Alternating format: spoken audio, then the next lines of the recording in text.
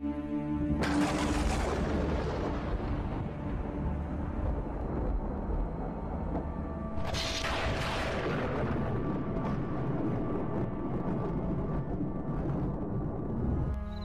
bapak yang dimuliakan Allah subhanahu wa ta'ala, fitnah Dajjal itu lebih besar dibandingkan fitnah harta, lebih besar dibandingkan fitnah keluarga, bahkan lebih besar daripada fitnah perang sekalipun. Dari situlah Nabi SAW mengingatkan kepada kita bahwa tidak ada satupun Nabi dari para nabi-nabi sebelum Rasul kecuali mengingatkan umatnya tentang bahayanya fitnah Dajjal ini. Makanya kenapa dalam salat, sebelum Anda mengakhiri salat dengan salam, di situ kita disuruh untuk berlindung dari 4 perkara. Salah satunya fitnah Al-Masihid Dajjal. Kemudian setiap malam Jumat kita disunnahkan untuk membaca 10 ayat awal atau akhir dari surah Al-Kahfi, karena itu sebagai perlindungan dari fitnah Dajjal ini. Dan itu dirutinkan setiap sholat kita dan setiap Jumat. Maknanya karena melihat besarnya fitnah Dajjal ini. Tetapi tadi sudah dijelaskan, tidak mungkin kita satu bab saja Dajjal gak akan selesai. Intinya bahwa Dajjal akan mati dan dibunuh oleh Isa bin Maryam. Nah, setelah Isa bin Maryam kemudian hidup bersama Imam Mahdi selama 7 tahun. Imam Mahdi kemudian meninggal karena Imam Mahdi itu berkuasa hanya 7 tahun saja. Habis itu meninggal.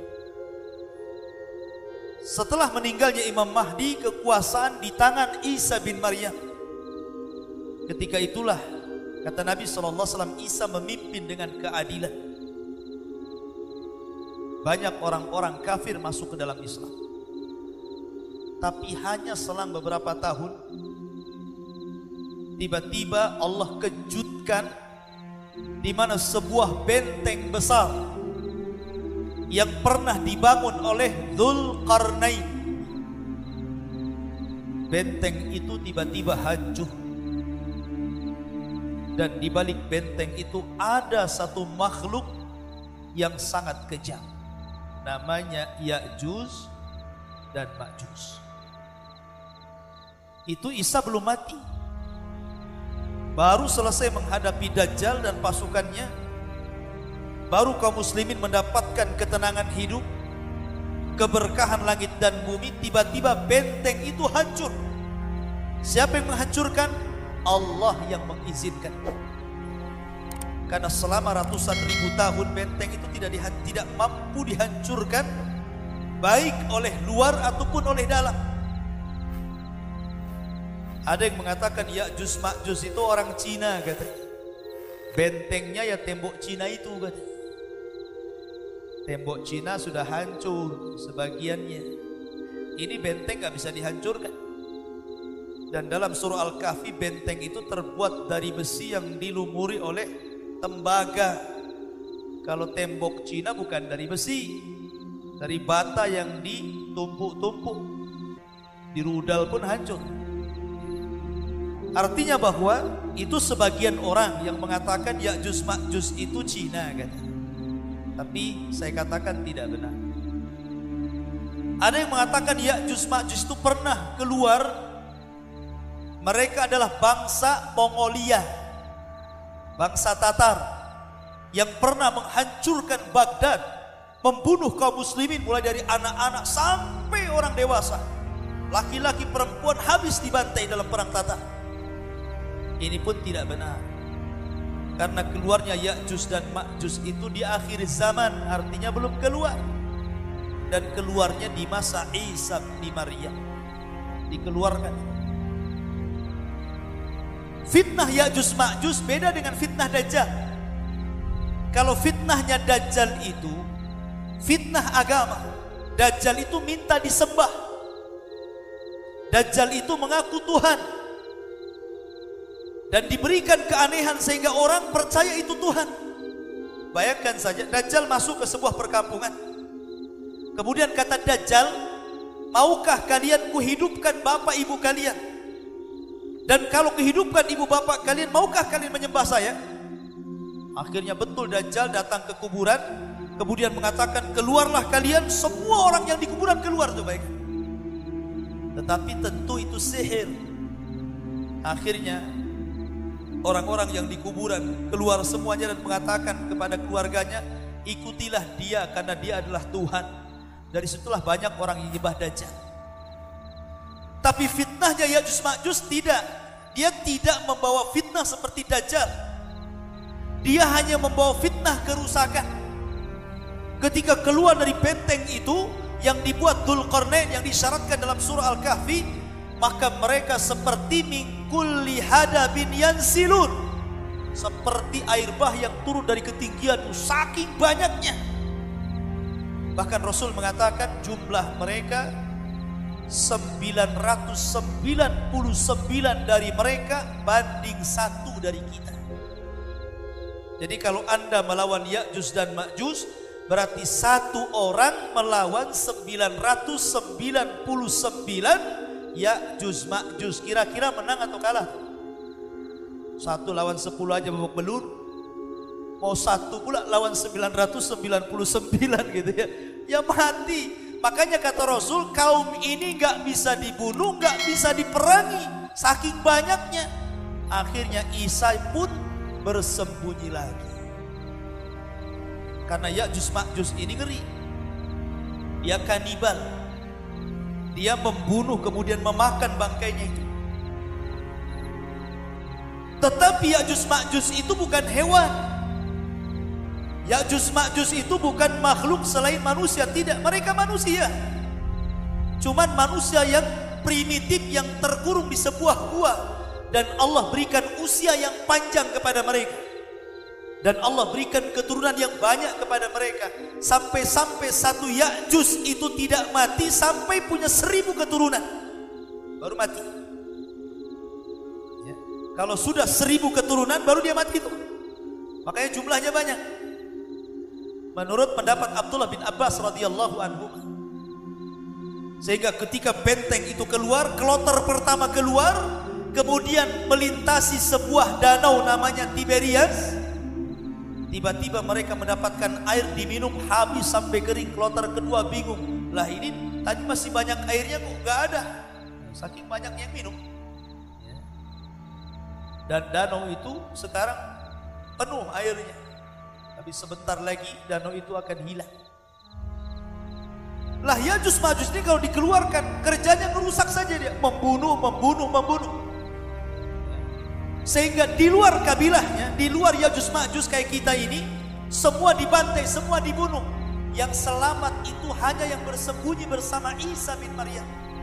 Di mana kembali bersembunyi di Bukit Tur. Lah saking kemudian sombongnya Ya'juj Ma'juj ini karena membunuh seluruh rasnya, di luar kabilahnya, maka mereka sudah merasa tidak ada manusia yang disisakan kecuali dibunuh. Sombong mereka kepada Allah. Mereka mengatakan qatalna man fil ardi sanaqtulu man fis sama. Kami sudah membunuh orang yang di bumi. Sekarang giliran di langit katanya. Saya bunuh kalian yang di langit. Akhirnya mereka mengarahkan panah tombak mereka kemudian dilesatkan ke langit. Dan Allah takdirkan panah itu disedot ke langit. Padahal berapalah tingginya orang lempar itu. Coba Anda melempar panah ke langit, paling jatuh lagi ke bumi. Tetapi Allah hendak membuat makar. Wa makaru makran wa makarna makran wallahu khairul makirin. Mereka hendak membuat makar. Allah punya makar sendiri dan Allah sebaik-baik makar. Maka oleh Allah disedot tuh panah itu sampai ke langit, sampai melintasi awan. Tidak ada satupun panah dan tombak kecuali melesat ke langit. Ketika mereka semua naik ke langit, pandangan mereka menunggu panah-panah mereka jatuh, tiba-tiba Allah Subhanahu wa taala meletakkan di setiap ujung panah itu darah. Kemudian dibalikkan lagi ke bumi. seolah-olah Allah hendak menipu Ya'juj Ma'juj dan seolah-olah bidikan mereka telah kena kepada makhluk yang ada di langit. Padahal nggak ada satupun yang kena. Tapi Allah hendak membuat makar. Makin sombong lagi. Di bumi sudah dibantai, di langit sudah dibantai. Mau di mana lagi nih katanya? Enggak sombong Ya'juj Ma'juj ya. Dari situlah maka Allah Subhanahu wa taala mengadab mereka. Nabi Isa tidak bisa memerangi, hanya bisa sembunyi. Maka tiba-tiba kemudian ketika mereka sedang tidur, diutus kepada mereka Nagob. Nagob itu ulat yang masuk di tengkuknya.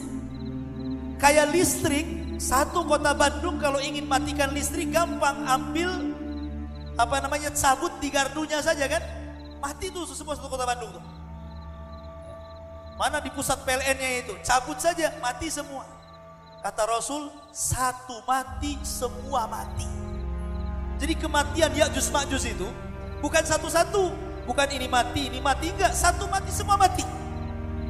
Kayak nyabut di gardu listrik, semua listrik mati gitu kan.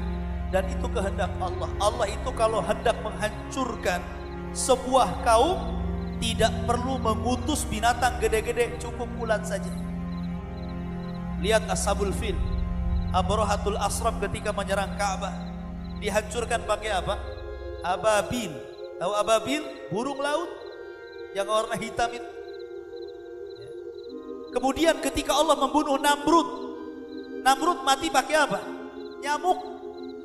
Nyamuknya masuk ke hidungnya, kemudian menggigit-gigit otaknya, gak tahan digedor-gedorkan ke tembok, mati akhirnya. Namrud tuh.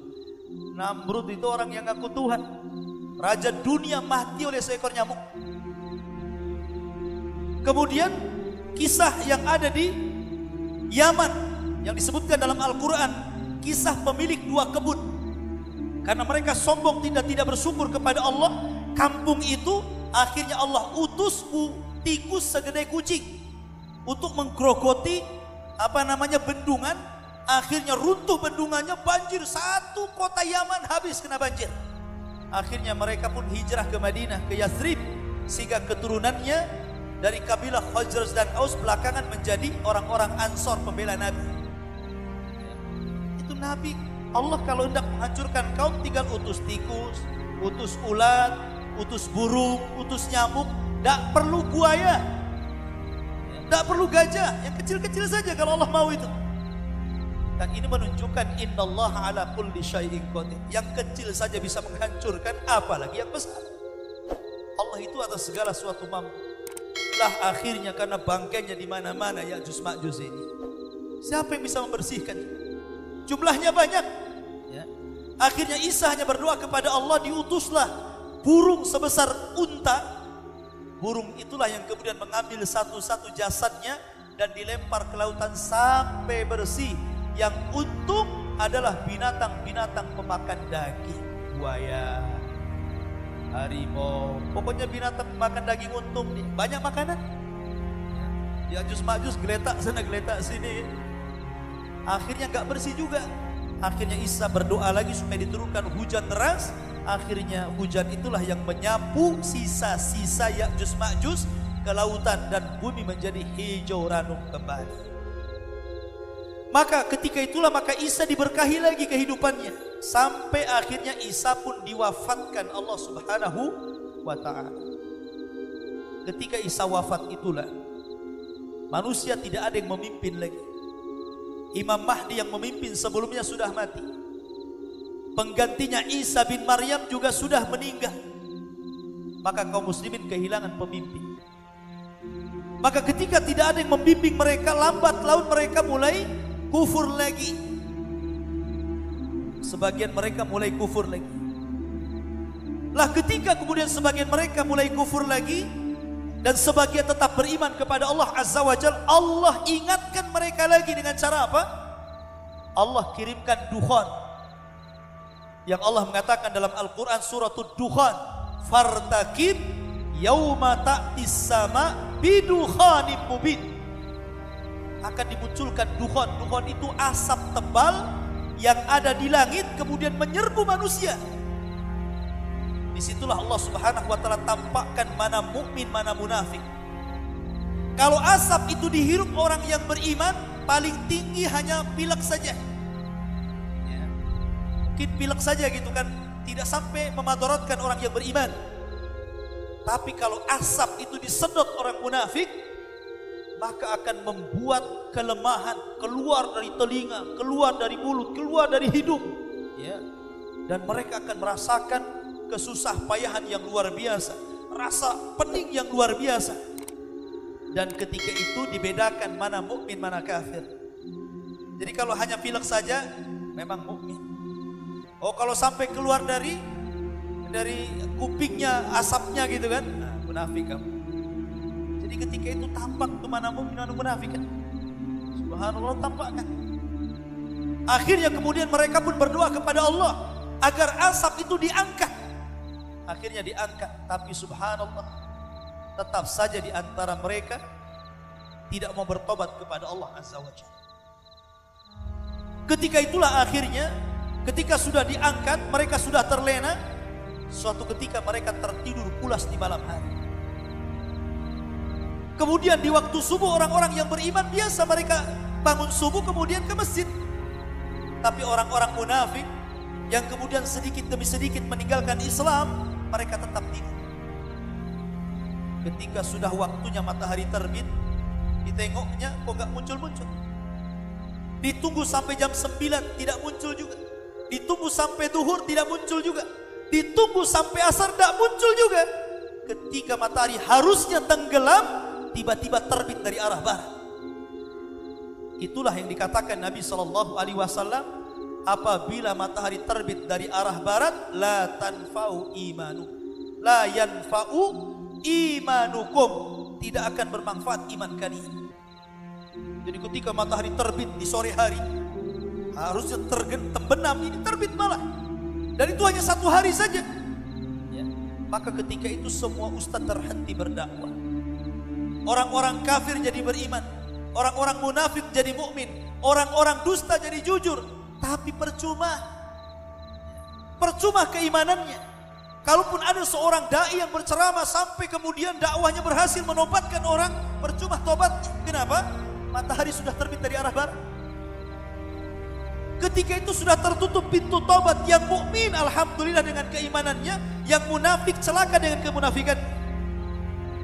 Baru selang 2 hari, dalam riwayat ada yang mengatakan 1 hari, dari matahari terbit dari arah barat, tiba-tiba muncul binatang dari perut bumi. Binatang itu disebut dabatun minal ard. Binatang yang besar ketika keluar dari perut bumi, kepalanya baru nempel di awan, kakinya belum keluar dari bumi. Besar. Disebut dalam Al-Quran, akhrajna lahum dabatun minal ard. Akan dikeluarkan binatang melata dari perut bumi, tukallimuhum, dan bicara dengan manusia. Binatang ini tidak akan membunuh. Binatang ini tidak akan merusak. Binatang ini hanya diberikan tugas oleh Allah menstempel orang. Dalam riwayat yang dhaif, yang lemah, binatang ini di tangan kanannya membawa stempel Nabi Sulaiman dan di tangan kirinya membawa tongkat Nabi Musa. Kalau ketemu orang kafir dipukul wajahnya sama tongkat, akhirnya gosong. Kalau ketemu orang yang beriman langsung dicap kepalanya, di jidatnya langsung bercahaya. Dan ketika itu manusia dilupakan tentang namanya. Saya nggak tahu namanya siapa, Anda nggak tahu namanya siapa. Ketika itu sebutan cuma 2, mukmin dan kafir. Dan itu dilihat dari tanda wajahnya. Udah nggak pakai nama lagi, tapi tidak tersinggung karena nggak tahu namanya. Jadi mukmin kafir. Mau kemana? Mau jalan-jalan Fir? Mau ke sawah Min? Gitu aja ya. Jadi mukmin kafir. Diangkat nama ketika itu. Betul-betul diangkat. Hanya mukmin kafir dan tidak tersinggung. Karena ketika itu juga percuma, orang itu tersinggung juga percuma. Tobat juga percuma karena matahari sudah terbit sebelumnya 1 hari. Memang cuma terbit 1 hari saja. Habis itu kemudian kembali normal. Sehingga manusia hanya sedih 1 hari saja. Mereka sangka mereka masih diterima tobatnya, tapi mereka ditolak tobatnya sesungguhnya. Nah ketika kemudian binatang itu sudah menstempel semua orang, Tidak ada satupun orang yang tidak terkena stempelnya. Satu dunia dia akan keliling, sampai ke Cicadas juga. Binatang itu akan sampai di sini. Karena semua orang akan kena stempel. Tugas dia hanya itu saja. Habis itu hilang binatang itu. Binatang ini hilang. Munculnya dari Mekah. Ya, kemudian keliling dunia. Setelah tugasnya selesai langsung hilang. Ketika itu, maka Allah Subhanahu wa ta'ala mengirim satu angin yang sangat dingin sekali. Angin itulah masuk ke rumah-rumah, masuk ke gua-gua, masuk ke lorong-lorong, masuk kemana saja.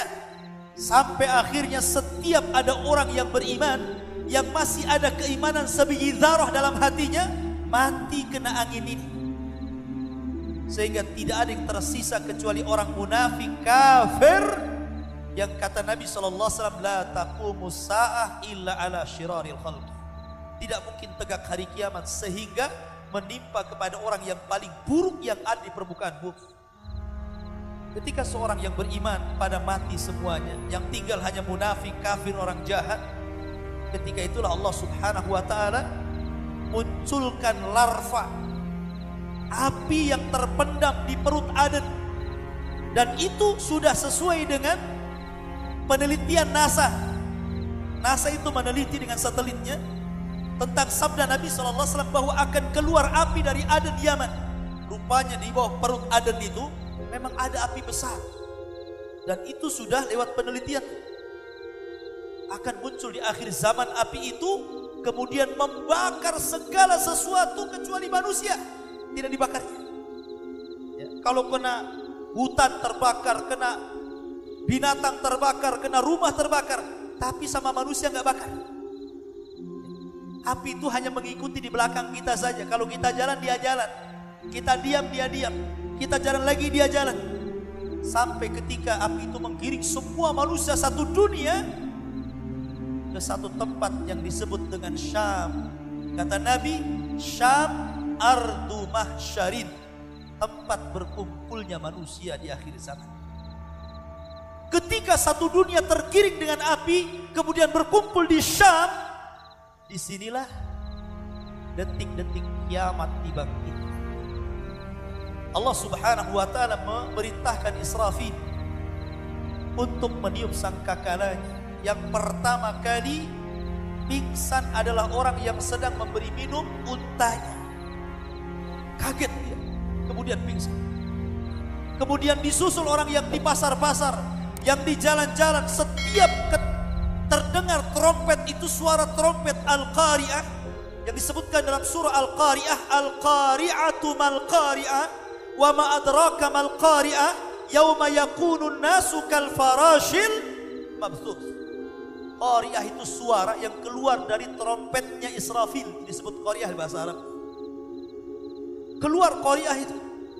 Setiap yang mendengar Qari'ah, suara yang keluar dari trompet Israfil, mereka akan pingsan kemudian mati.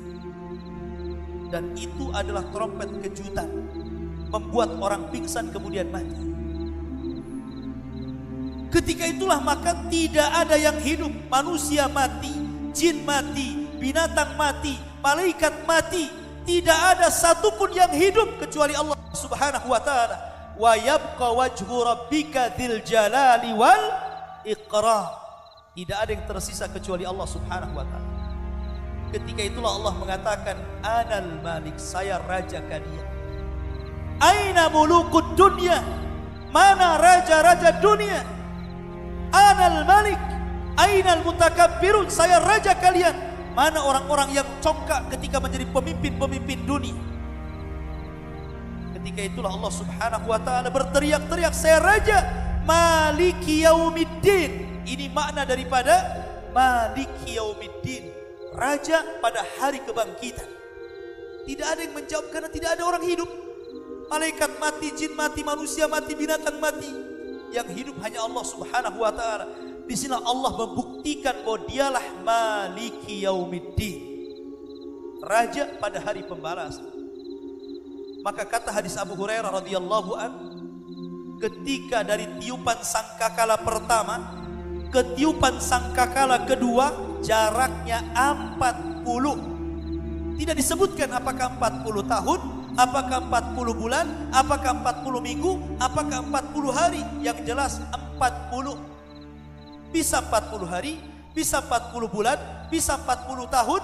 Disitulah Allah hancurkan dunia. Kal farashil mabsud. Gunung-gunung yang berterbangan seperti kapas yang ditiup angin, kemudian lautan yang ditumpahkan ke daratan, kemudian bintang yang dijatuh-jatuhkan ke dunia, kemudian langit yang dilipat-lipatkan, kemudian bumi yang dihancur-hancurkan, sehingga bumi yang tadinya bulat menjadi rata. Disitulah Allah katakan, yauma tubaddalul ardu ghairal ardi. Pada hari di mana Allah mengganti bumi yang kita pijak dengan bumi yang lain. Bukan bumi ini dihilangkan ganti bumi lagi, tidak, maksudnya tetap bumi ini yang tadinya bulat menjadi rata. Tentu akan lebih padang lagi, akan lebih luas lagi kalau diratakan bumi ini kan. Ya, itulah yang disebut dengan padang mahsyar. Disitulah Allah Subhanahu wa taala berfirman, "Idza zulzilatil ardu zilzalaha." Apabila bumi digempa-gempakan sampai rata. Wa akhrajatil ardu athqalaha. Kemudian beban-beban berat bumi itu dikeluarkan. Maksudnya mayat-mayat yang sejak zaman Adam mati sampai yang terakhir mati itu dikeluarkan. Coba berapa jumlahnya itu ya? Sejak zaman Adam tuh sampai yang terakhir mati itu banyak sekali tuh orangnya itu. Itu dikeluarkan. Wa akhrajatil ardu athqalaha. Dari kuburan-kuburan mereka dikeluarkan. Orang-orang yang beriman ketika mereka dikeluarkan dari kuburan itu, di samping mereka sudah ada istrinya, di samping mereka sudah ada suaminya, di samping mereka sudah ada anak-anaknya, di samping mereka sudah ada orang tuanya, tetapi dengan syarat amanu, mereka semua beriman. Allah katakan, alladzina amanu wattaba'athum dzurriyyatuhum biimanin alhaqna bihim dzurriyyatuhum.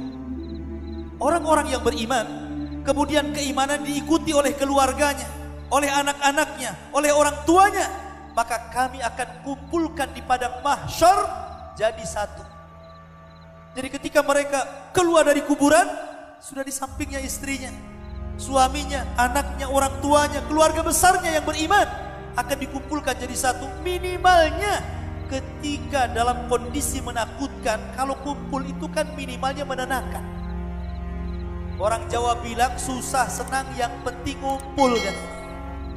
Kalau udah kumpul itu kan minimal tenang.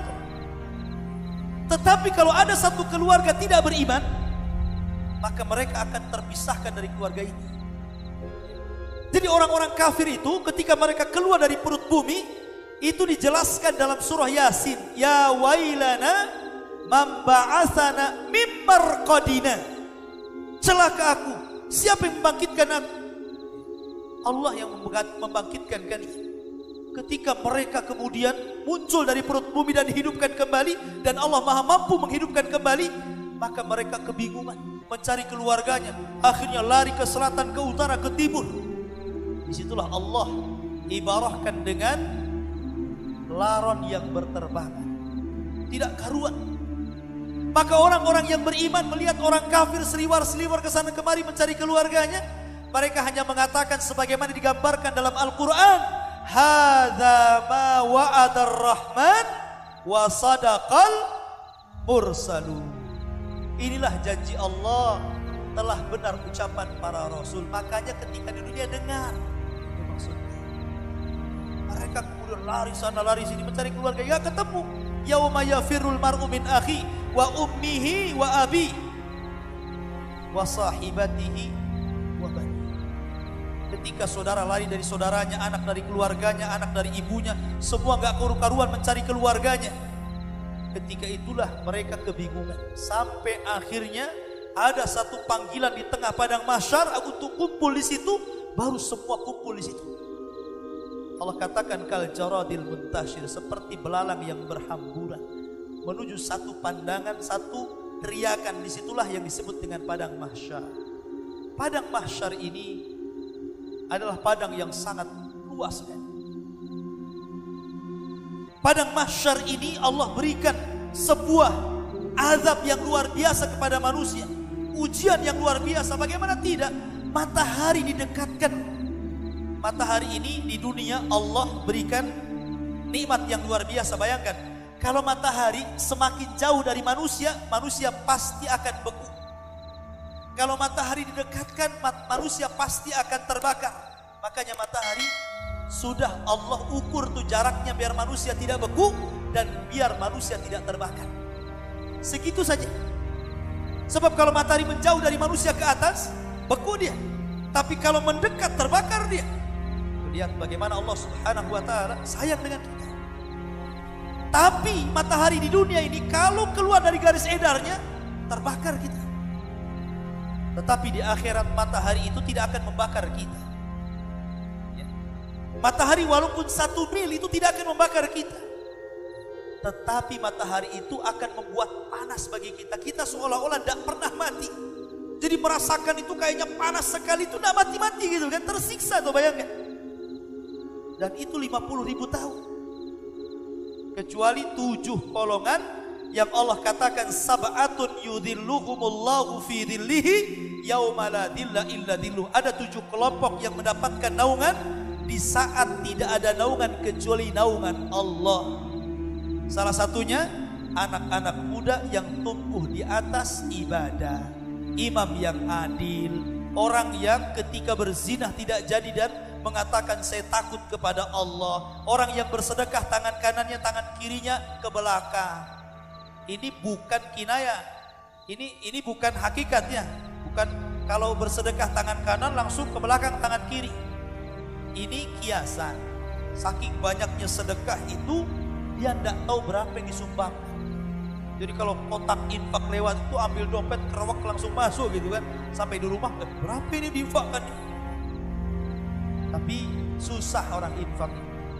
Kalau kita ada kotak infak, di dompet itu ada 2 uang, yang satu ada lakbannya, yang satu tidak ada lakbannya. Itu biasanya yang ada lakbannya itu dimasukkan. Walaupun nominalnya sama 100.000.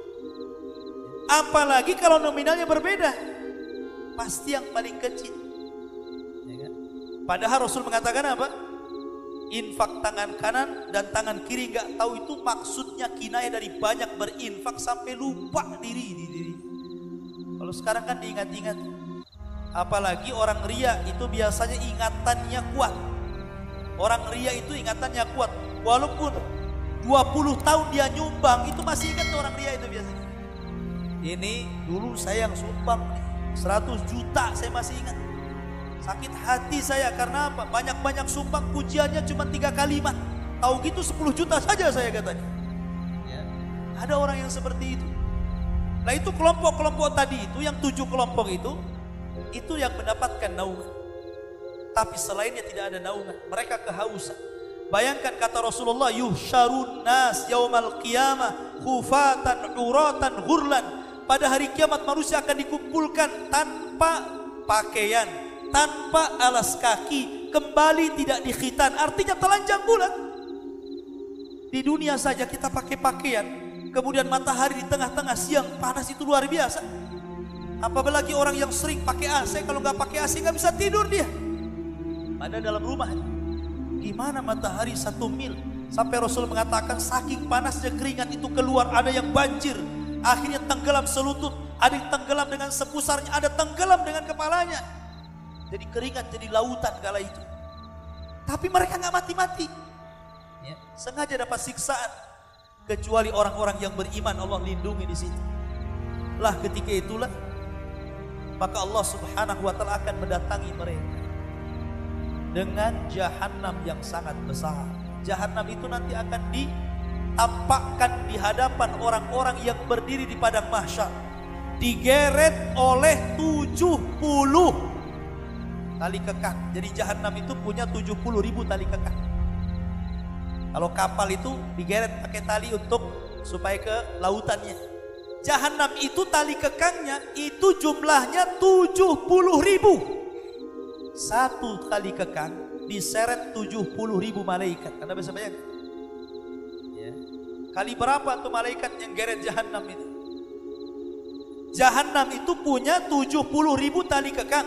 Satu tali kekang digeret 70.000 malaikat. Sekali jahanam itu.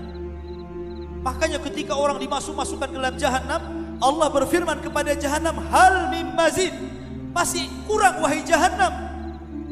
Kata jahanam, hal mim mazid, masih ada tambahan, masukkan aja ya Rabb katanya. Akhirnya karena enggak penuh-penuh jahanam, Allah masukkan kakinya baru penuh. Dan itu akan dihadapkan di hadapan manusia di padang mahsyar. Allah akan datang, waja'a rabbuka wal malaku saffan saffa. Allah akan datang dan malaikat berbaris menghadap Allah Subhanahu wa taala. Ketika itu orang yang beriman melihat Allah sebagai nikmatan tambahan, tapi orang kafir tidak melihat Allah sama sekali. Walaupun ada pendapat yang mengatakan melihat Allah, tapi melihat ketakutan seperti seorang yang sedang menjadi pesakitan di depan hakim yang siap memukulkan sebuah palu di pengadilan, saking ketakutan. Tapi pendapat yang kuat, orang kafir tidak akan pernah melihat Allah. Dan ingat, Allah itu hanya terlihat di akhirat, di dunia nggak akan terlihat. Karena di Batam ada juga orang yang mengaku bisa melihat Allah, dan Anda bisa melihat Allah lewat dia, cukup bayar 500.000. Itu ada di Batam. Kalau di Bandung nggak tahu. Bayar 500.000, itu kita bisa melihat Allah lewat baskom yang dikasih air itu. Disuruh wirid, dikir sekian kali, kemudian lihat ke baskom itu. Kalau nggak dilihat, kata dia, wiridnya kurang khusyuk, tapi uangnya nggak dikembalikan. Nah, ya kan? Ini lebih hebat dari tukang obat. Ahli sunnah mengatakan Allah tidak mungkin dilihat di dunia. Allah itu hanya dilihat di akhirat, itu pun bagi orang yang beriman di padang mahsyar sekali, dan di sorga setiap kita hendak memandang wajah Allah, Allah akan tampakkan kepada kita. Karena Rasul mengatakan kalian melihat Rabb kalian seperti kalian melihat bulan purnama, tidak berdesak-desakan. Bukan Allah seperti purnama, artinya melihat Allah seperti kita melihat purnama. Tinggal nengok ke atas sudah nampak purnama, kan begitu. Tidak berdesak-desakan, tidak ngantri. Lain kalau lihat presiden datang, orang banyak kan ngantri itu mana sampai jengke-jengke sampai naik pohon biar ini. Sana enggak. Allah itu mampu dilihat semua orang. Dan itu nikmat bagi orang-orang yang beriman. Tapi orang-orang kafir, mereka masuk neraka dan tidak ada nikmat bagi mereka. Wallahu a'lam, saya kira cukup karena sudah jam 8:30. Saya ini singkat-singkat saja. Karena kalau saya buat kajian tentang akhir zaman itu, bab Dajjal saja bisa sampai 3 kali pertemuan. Karena banyak babnya. Bab Ya'juj Ma'juj juga sama gitu ya. Ini hanya saya ngambil cuplikan-cuplikannya biar targetnya tercapai. Kita tutup dengan kafaratul majelis. Mudah-mudahan pada malam hari ini kita mendapatkan pelajaran yang besar untuk saya pribadi dan jamaah sekalian. Dan saya minta maaf, ya, saya minta maaf kalau ada kata-kata saya yang kurang berkenan. Maklum saya sudah jadi orang Batam, di Batam banyak orang Medan, sehingga terkontaminasi bahasa Medan.